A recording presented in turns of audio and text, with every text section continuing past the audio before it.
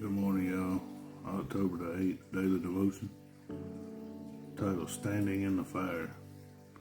And out of the book of Daniel 3:10 through 25.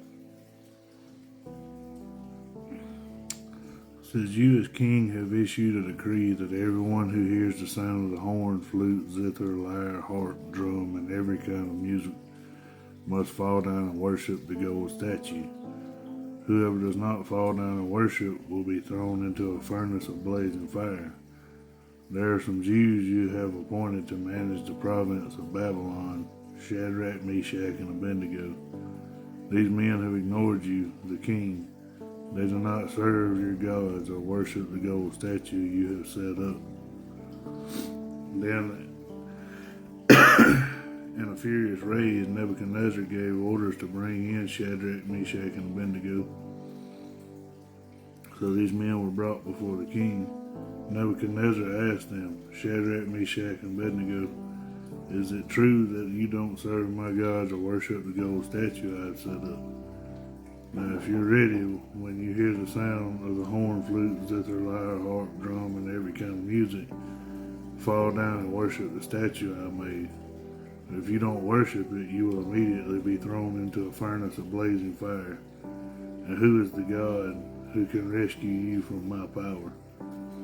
Shadrach, Meshach, and Abednego replied to the king Nebuchadnezzar, We don't need to give you an answer to this question. If the God we serve exists, then he can rescue us from the furnace of blazing fire, and he can rescue us from the power of you, the king.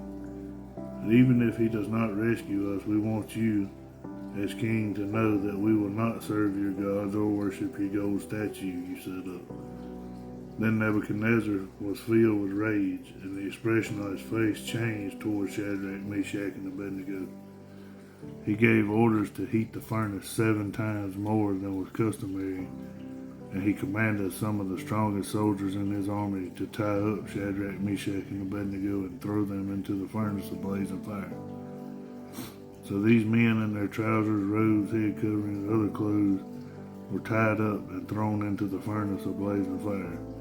Since the king's command was so urgent and the furnace extremely hot, the raging flames killed those men who carried Shadrach, Meshach, and Abednego up. And these 3 men, Shadrach, Meshach, and Abednego, fell bound into the furnace of blazing fire.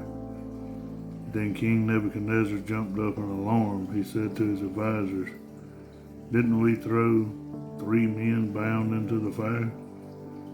Yes, of course, your majesty, they replied to the king.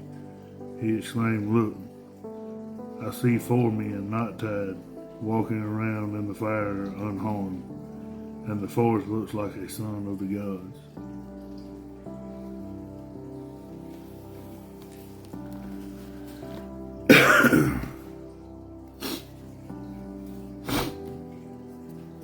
The devotion says, wrapped in blankets in my grandparents' pickup, I watched as fire consumed our home. My father says I had slept soundly as he carried my brother and me and our puppies out to safety.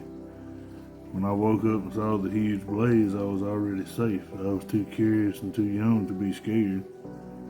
Later I learned that in the chaos, my father raced into the fire to look for my grandfather, which prompted my grandfather, who was not inside the house, to race in to get my father. Their courage affected all who saw it that night. I'm reminded of that fire every time I read the story of Shadrach, Meshach, and Abednego. When challenged with the decree to bow to the king or face execution, these 3 bravely faced the fire for the one they loved, and the Lord stood with them in the flames. When life's flames test us, may those who observe our choices recognize our love for each other and for our God.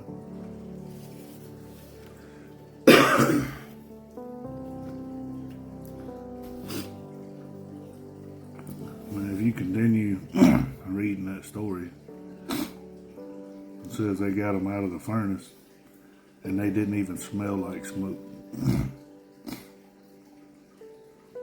But something that I realized, I heard a preacher say it and I never thought about it till he said it. Nowhere in there does it ever tell you that they saw Jesus in the fire with them.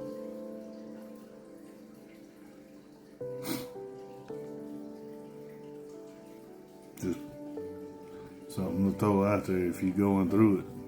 No matter what it is, he's there with you.